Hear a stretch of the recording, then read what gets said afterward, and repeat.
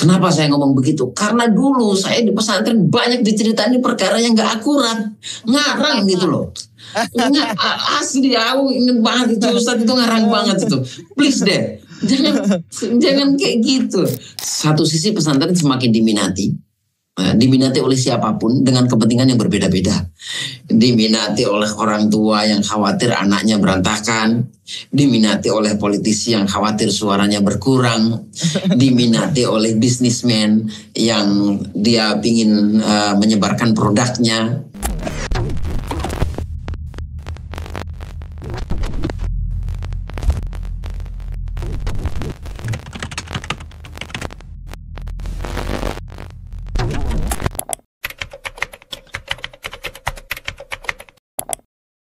Oke, nah itu menarik sekali. Memang pesantren tradisional tuh harus banyak hal yang dikritisi,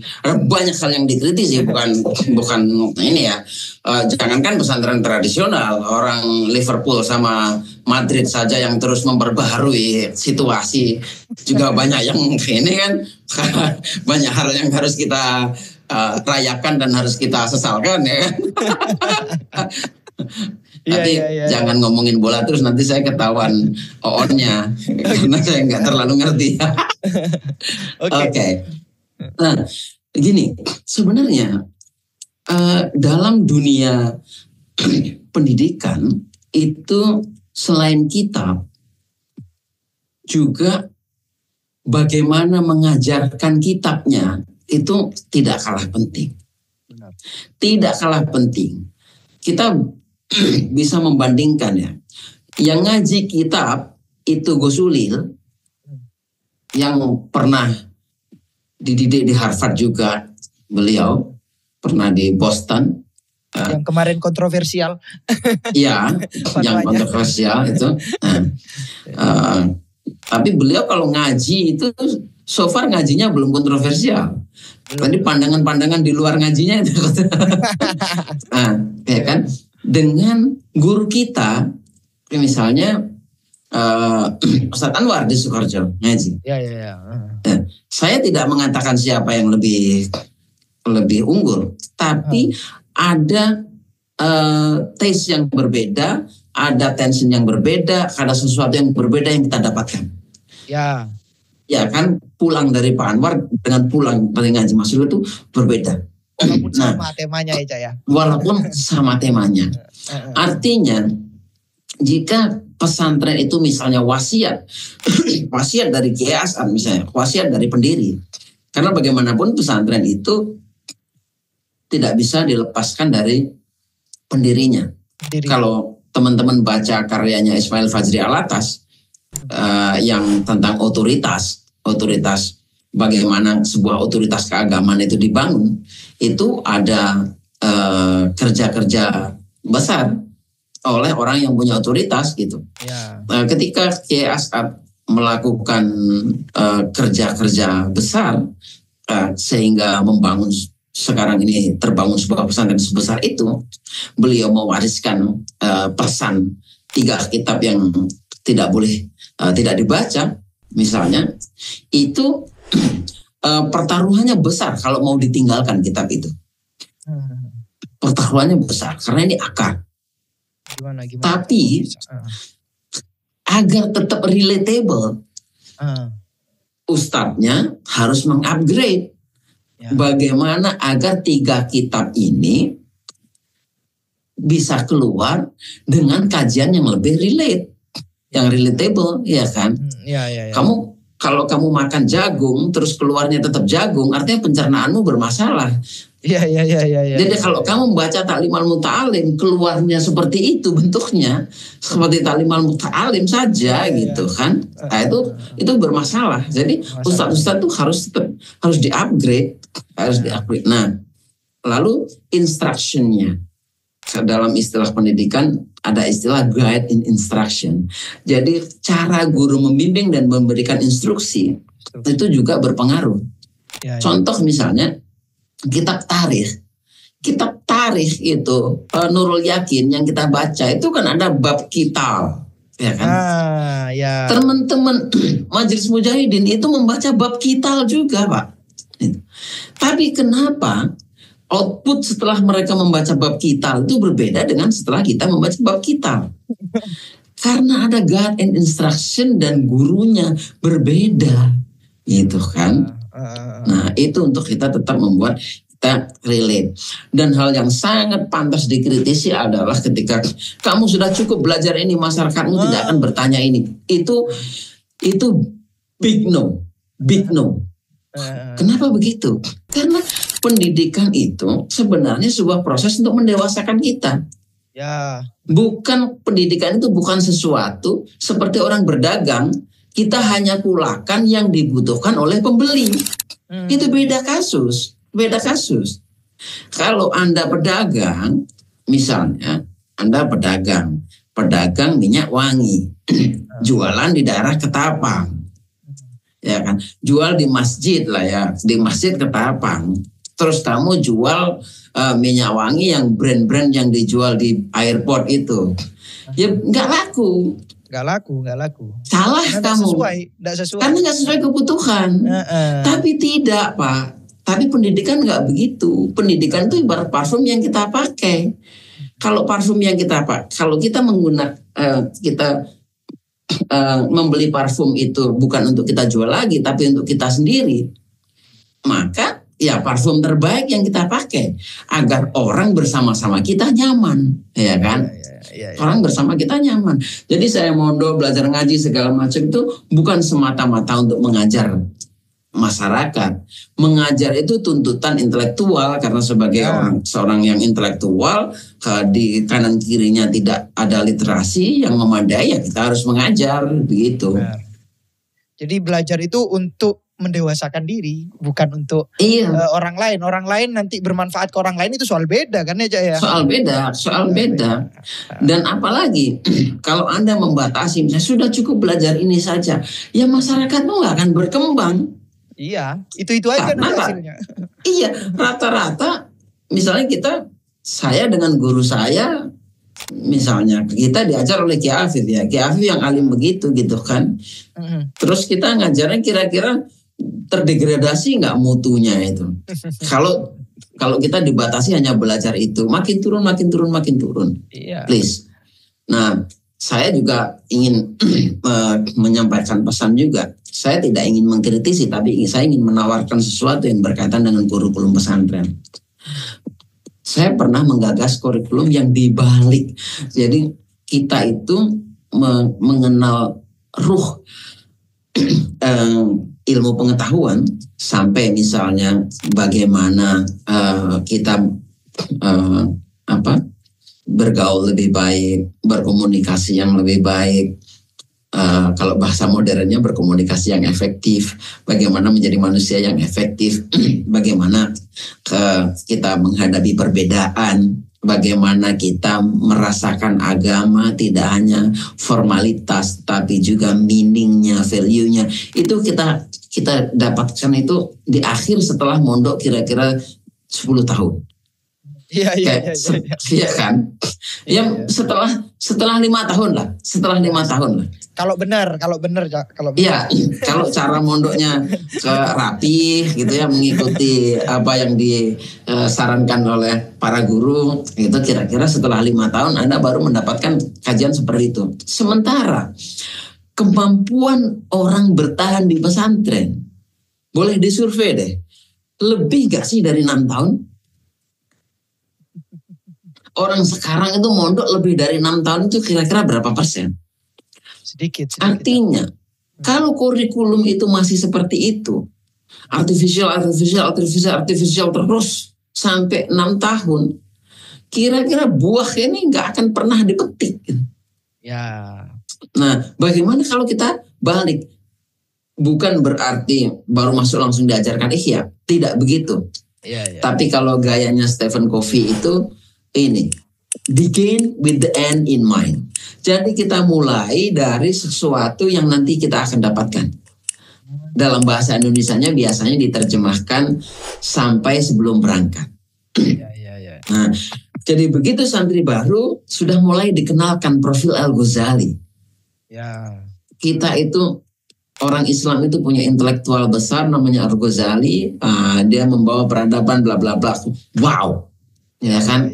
Terus dikenalkan bahwa wudhu segala macam itu tata cara, tapi sebenarnya tata cara yang seperti itu akan membawa pada kedewasaan. Nah, apalah kira-kira yang nantinya akan kita dapatkan dengan, jadi anggaplah sekarang kita sebut istilah syariat lah. Syariat yang kesannya artifisial, atau syariat yang kesannya hanya praktek ibadah ini. Syariat yang kesannya praktek ibadah ini sebenarnya akan membawa kedewasaan pada diri kita. Itu dikenalkan di awal. Nilai-nilai dikenalkan, bagaimana membangun persaudaraan, nilai-nilai penting itu begitu awal gitu. Santri baru 1 tahun, 2 tahun, sehingga ada curiosity, ada rasa penasaran untuk terus mendalami ilmu pengetahuan gitu kan. Ada curiosity. Begitu ada curiosity, orang kalau sudah punya curiosity itu nggak usah kamu suruh mondok berapa tahun, nggak pulang dia. Iya. Kalau curiosity-nya di situ gitu kan. Kenapa saya pulang ya? Karena saya curious dengan hal-hal lain gitu. Yang saya nggak suka juga istilah begini. Ngapain kamu pergi dari pesantren ini? Ilmunya pesantren ini nggak habis kamu makan. Itu. Banyak kata-kata begitu. Itu sering. Kenapa kamu pindah pondok? Ilmunya pondok ini nggak habis untuk kamu. Nggak begitu juga, bro. Nggak begitu juga gitu. Kayak kamu masuk restoran gitu, makan siang di situ, makan malam di tempat lain. Lalu restorannya bilang, kamu kenapa sih makan malam di tempat lain? Tempat ini juga ada makan malam gitu. Nggak gitu. Karena exposure itu bahasa kegagalan seorang guru untuk memahamkan ilmunya, Cak. Gagal jadinya disimplifikasi bahasanya kayak gitu, Cak. Iya, saya tidak ingin mengatakan gagal, tapi ketidakmampuan guru, ketidakmampuan guru untuk membangun curiosity muridnya, iya kan? Kalau guru itu pandai membangun curiosity pada muridnya, murid itu kemanapun pergi dia akan kembali. Ya. Kemanapun pergi akan kembali menemuin dia gitu untuk terus belajar gitu. Nah, exposure pesantren itu penting karena di pesantren seperti yang Gus Dur bilang, pesantren itu adalah subculture. Ada intelektual lain mengatakan great tradition misalnya. Karena pesantren itu great tradition, subculture, dan masing-masing pesantren punya uniqueness-nya sendiri. Makanya begitu kita masuk pesantren, yang dipelajari bukan hanya kitab itu saja, tapi being santri di tempat itu penting. Menjadi bagian dari sebuah tradisi itu penting. Gitu. Nah, kemudian kita pergi lagi ke tempat lain, menjadi bagian dari tradisi itu juga penting, gitu kan. Tapi kalau ada kelemahannya, pindah-pindah pondok itu kelemahannya kalau sudah alumni proposalnya datangnya banyak. Ya. Tapi oke lah itu. Kalau proposal itu kalau kita nggak punya atau ini tinggal dikasih tahu saja, maaf saya nggak punya uang gitu aja. Ya, nggak usah diambil hati banget. Ya. Iya. Itu kritik ya. Ya, itu diperparah lagi, Cak, sebenarnya diperparah dengan yang saya lihat ya, Cak ya. Ya, tidak bisa juga disebut penelitian katanya Cak Malik tadi, karena hanya melihat gitu kan. Apa yang saya ketahui dari pondok-pondok yang saya ketahui ya, tidak usah nyebut nama, itu kebanyakan Cak, regenerasi guru itu jelek banget. Sehingga keilmuan yang tadi seharusnya seperti Hefner katakan, seperti Azra katakan, itu tidak, transformasinya buruk gitu. Ya. Karena memang itu regenerasi gurunya ya gitu-gitu dah, Cak. Iya. Mau dikatakan buruk juga lebih daripada itu. Iya. Apalagi yang nggak bisa baca kitab dalam tanda kutip, Betul. Cak ya. Betul. Memang pesantren itu harus introspeksi ya. Dan guru-guru yang orang-orang yang lama di pesantren jangan takut pulang deh gitu. Ya, jangan takut pulang. Ada kan yang takut pulang gitu, takut menghadapi realitas sosial lalu bertahan di pondok gitu. Jangan kayak gitu. Saya pernah bilang sama teman-teman, 2 tahun lalu saya keliling Timur Tengah. Saya mengunjungi tempat-tempat belajar, mengunjungi ke pusat-pusat peradaban masa lalu ya, ke Persia, ke Mesir, ke Iran, ke Saudi Arabia. Salah satunya alasannya apa? Salah satunya karena saya ingin kalau saya cerita Islam itu akurat. Kenapa saya ngomong begitu? Karena dulu saya di pesantren banyak diceritain perkara yang gak akurat, ngarang gitu loh. Asli aku ingin banget itu Ustadz itu ngarang banget itu.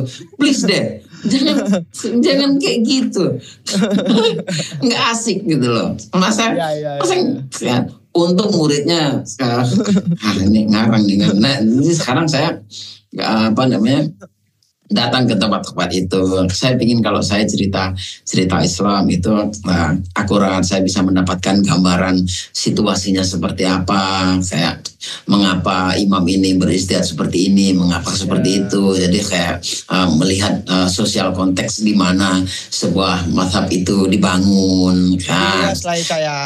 Iya, nah penting tuh ustadz-ustadz tuh begitu. Nah, sesekali pesantren-pesantren yang kaya, pesantren yang sudah punya uang itu dianggarkanlah exposure para ustadz itu ke pusat peradaban Islam gitu. Enggak, ini kok enggak mahal kok gitu untuk ini, sebuah pengalaman. Oke.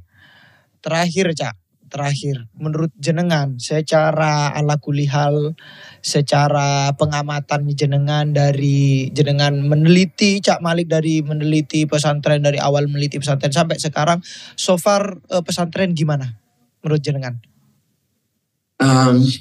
Sebagai lembaga pendidikan, mau itu tradisional mau itu modern.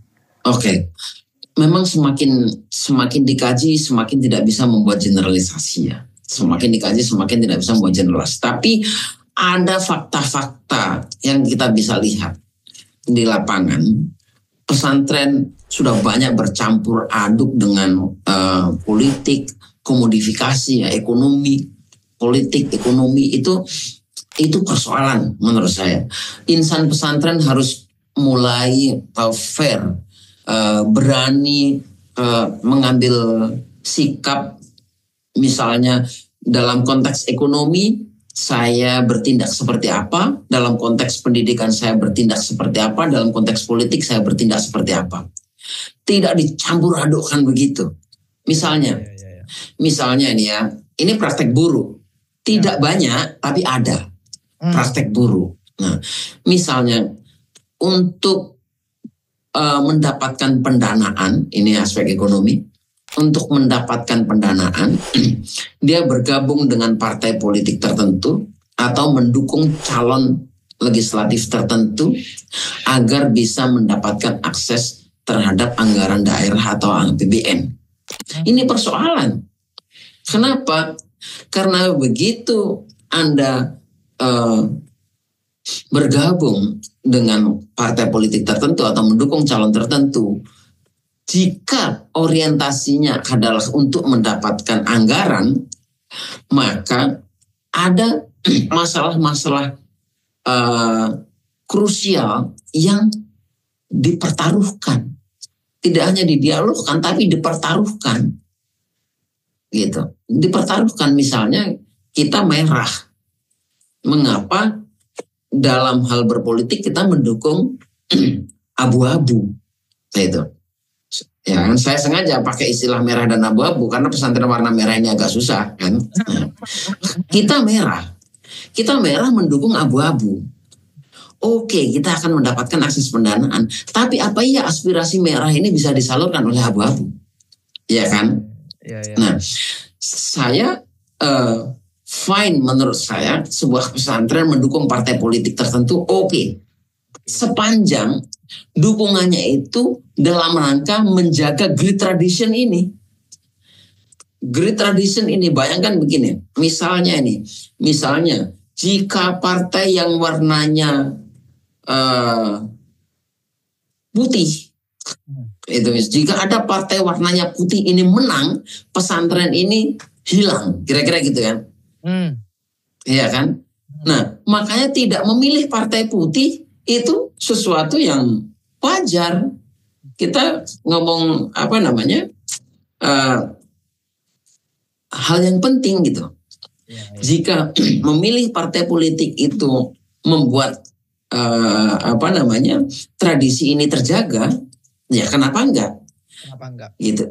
Itu maksud saya membedakan antara nyari duit gitu dengan membangun peradaban dengan mengembangkan ilmu pengetahuan. Lalu misalnya karena kita ingin mendapatkan santri yang banyak, kemudian ada mekanisme-mekanisme yang dibuat sedemikian rupa agar lebih banyak orang yang datang. Nah, artinya mengorbankan banyak hal, mengorbankan kualitas, mengorbankan tradisi baik, mengubah banyak sekali hal demi agar santrinya banyak, gitu. Berarti misalnya terus. Contoh misalnya ada bos kan, sekarang ada bos. Bos itu semakin banyak siswanya, semakin banyak mendapatkan dana dari negara. Nah, agar siswanya banyak dibuatlah mekanisme sedemikian rupa. Nah, ketika kadang-kadang mekanisme itu sampai mengganggu nilai-nilai yang dikembangkan. Nah, akhirnya siswanya banyak, dapat uang banyak, tapi ada nilai yang hilang. Ya, kita itu kehilangan sesuatu. Untuk mendapatkan sesuatu harus kehilangan sesuatu. Berdialog oke. Tawar-menawar oke. Mendialogkan sesuatu oke. Kita tidak bisa tanpa dialog ya. Kaku begitu kita nggak bisa. Tapi kita harus wise, be consistent. Ya, berarti menurut jenengan orang-orang yang kayak kiai, ustadz yang sekarang itu kalau ikut politik dalam artian ya kita tidak tahu tujuannya ya. Dan kalau misalnya dia bilang ada orang yang kiai atau Gus ikut dukung ini karena kalau saya dukung ini saya akan dapat uang, nanti uang itu saya akan berikan kepada pesantren. Menurut jenengan itu bukan menjaga tradisi pesantren? Iya, itu big no kalau saya. Kalau saya big no. Kenapa? Karena pesantren itu berkembang dengan kemandirian loh dulu. Iya kan? Kenapa pesantren itu dikatakan organik? Saya tadi mengatakan pesantren itu organik karena dia tumbuh dari masyarakat.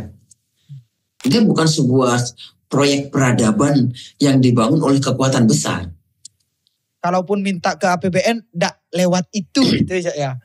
Iya, minta ke APBN tuh kalau memang secara undang-undang kita berhak, kita harus menuntut. Secara undang-undang kita berhak gitu. Ada dana pesantren ada, Cak. Ya kan tidak harus lewat sana ya, Cak ya. Karena itu bisa jadi dana ini yang dipaling-palingkan. Yang dimodifikasi ke pesantren ila akhirih. Betul, saya ingat ini ya. Dalam sebuah podcast tertentu, seorang mantan pembesar BIN mengatakan, saya tahu tokoh X itu, dia itu korupsinya besar karena memang saya kasih duit itu, kita banyak sumbang, banyak kasih. Gitu. Nah, artinya orang penguasa itu memberikan uang itu, kalau kata orang barat itu kan nggak ada makan siang gratis. Aduh, repot. Itu kalau saya bisa dilihat lah misalnya di rumah saya. Musola saya itu kecil dan jelek. Kecil dan jelek sekali. Ada orang yang ngomong begini. Orang sesepuh lah ngomong begini. Mas Malik gak bisa ya mencarikan dana. Nah, saya bilang begini. Saya tahu tempatnya uang itu. Saya tahu kepada siapa saya minta tolong. Tetapi kalau saya ceritakan bagaimana caranya, jenengan pasti nggak suka. Saya gitu kan ya. Karena orang ini orang yang sangat hati-hati. Ya. Orang yang sangat hati-hati. Tapi kalau saya ceritakan prosesnya, jenengan pasti nggak suka. Makanya saya, mohon maaf, saya kalau dibilang saya nggak bisa membantu, memang saya tidak bisa membantu dalam konteks seperti itu. Tapi kalau saya membantu sesuai kemampuan saya ya seperti ini kayak gitu kan. Nah tidak lama, mungkin 1 tahun atau berapa lah ya, orang tua itu menelpon saya, Mas Malik, saya jadi ingat yang sampean katakan, si Anu itu yang dulu sempat membantu sekarang di penjara. Waduh. Karena masalah APBD atau N atau apa saya nggak tahu. Nah kan. Iya. Oke Cak, terakhir sebelum kita tutup, jenengan mungkin ada kata-kata lagi atau apapun lah untuk penonton kita, dan sebelum ke Cak Malik sebagai terakhir ya, statement terakhir, saya ingin mengatakan teman-teman bahwa mungkin podcast ini akan istiqomah, setiap minggunya akan tayang 2 kali atau setidaknya 1 kali ya akan tayang, dan ini mungkin ada part 1, part 2, nanti ada tema selanjutnya yang itu sekarang masih temanya pesantren ya, masih Cak Malik ya? Iya. Sekitar mungkin ada 10 ya, ada 10 yang direncanakan untuk ini, semoga istiqomah dan teman-teman semoga bisa menikmati dan jangan ragu-ragu untuk tanya apapun, terutama soal pesantren. Dan ya Cak, saya nitip jenengan, kenapa sih Cak ini penting dibuat? Nah itu Cak, sebagai terakhir statement. Iya, ini kali pertama ya, semoga akan lebih menarik setelahnya ya, karena kita belajar ya. Nah, kenapa ini menarik? Pertama, karena dunia pesantren itu sekarang semakin diminati. Satu sisi pesantren semakin diminati oleh siapapun dengan kepentingan yang berbeda-beda. Diminati oleh orang tua yang khawatir anaknya berantakan, diminati oleh politisi yang khawatir suaranya berkurang, diminati oleh bisnismen yang dia ingin menyebarkan produknya, diminati oleh satu sisi. Sementara di sisi lain, sebagai sebuah institusi pendidikan organik, pesantren kan tidak seragam kan. Tidak seragam ini bagus, tetapi ragamnya semakin banyak. Nah, karena ragamnya semakin banyak, sementara asumsi orang tentang pesantren jangan-jangan seragam. Jangan-jangan orang punya asumsi tentang pesantren itu sama. Misalnya ada orang mengatakan begini, awas kamu nanti kalau nggak ranking saya masukkan ke pesantren. Ngomong anaknya begitu. Dia nggak tahu kalau ada pesantren yang hanya bisa menerima anak-anak pintar, iya kan? Iya. Ada anak yang kalau nggak pintar nggak lulus masuk pesantren. Orang seperti itu nggak ngerti kalau ada pesantren yang jenis itu. Ada orang yang ngomong begini, misalnya,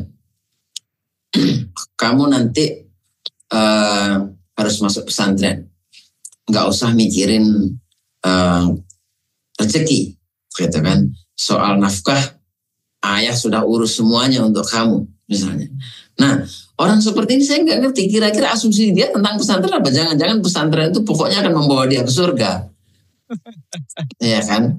Atau gratis. Padahal dalam hal agensi, dalam hal kemampuan pesantren membawa ke surga ya sama dengan lembaga pendidikan yang lain, kemampuannya membawa ke surga. Iya. Karena banyak yang diminati. Betul. Jadi tadi itu yang paling penting ya. Pertama, pesantren itu banyak peminatnya. Yang kedua, asumsi orang terhadap pesantren itu juga penting gitu kan. Mungkin saja mereka menganggap pesantren itu mereka mengeneralisasi pesantren. Sehingga adanya podcast ini gitu. Sehingga adanya podcast ini. Kemudian juga buku-buku tentang pesantren itu tidak memadai. Sangat sedikit. Ada yang terlalu exaggerate, melebih-lebihkan, gitu kan. Ada yang biasalah namanya sudut pandang kan macam-macam. Nah, podcast ini kita buat untuk memberikan tambahan referensi. Jadi diobrolkan oleh orang yang pernah mondok, orang yang ngerti pesantren. Tapi juga ya kan, kami senang kalau orang banyak bertanya. Kami akan banyak juga mencari jawaban, dan kami senang juga, kita ini senang kalau ada orang lain bikin lagi podcast lagi tentang pesantren. Nggak kayak gitu nggak kayak dibilang Malik kan, itu silakan gitu, bikin lagi karena akan semakin kaya. Oke. Oh iya Gus, satu lagi, kalau ada teman orang tua atau siapapun yang punya problem pingin mondokkan anak bingung mau milih pondoknya mana. Nah kayaknya boleh kita buka layanan ngobrol ya. Suatu hari cara milih pesantren ya. Cara milih pesantren. Itu penting kan. Itu penting itu ya. Nanti mungkin dimasukkan satu tema itu. Jadi betul, cara milih pesantren. Terus ini troubleshooting. Kalau ada anaknya trouble di pesantren, nah bagaimana memitigasi gitu. Iya benar. Sip. Oke, Cak. Makasih Cak. Oke. Ketemu di podcast selanjutnya. Saya tutup. Assalamualaikum. Oke. Waalaikumsalam warahmatullahi wabarakatuh.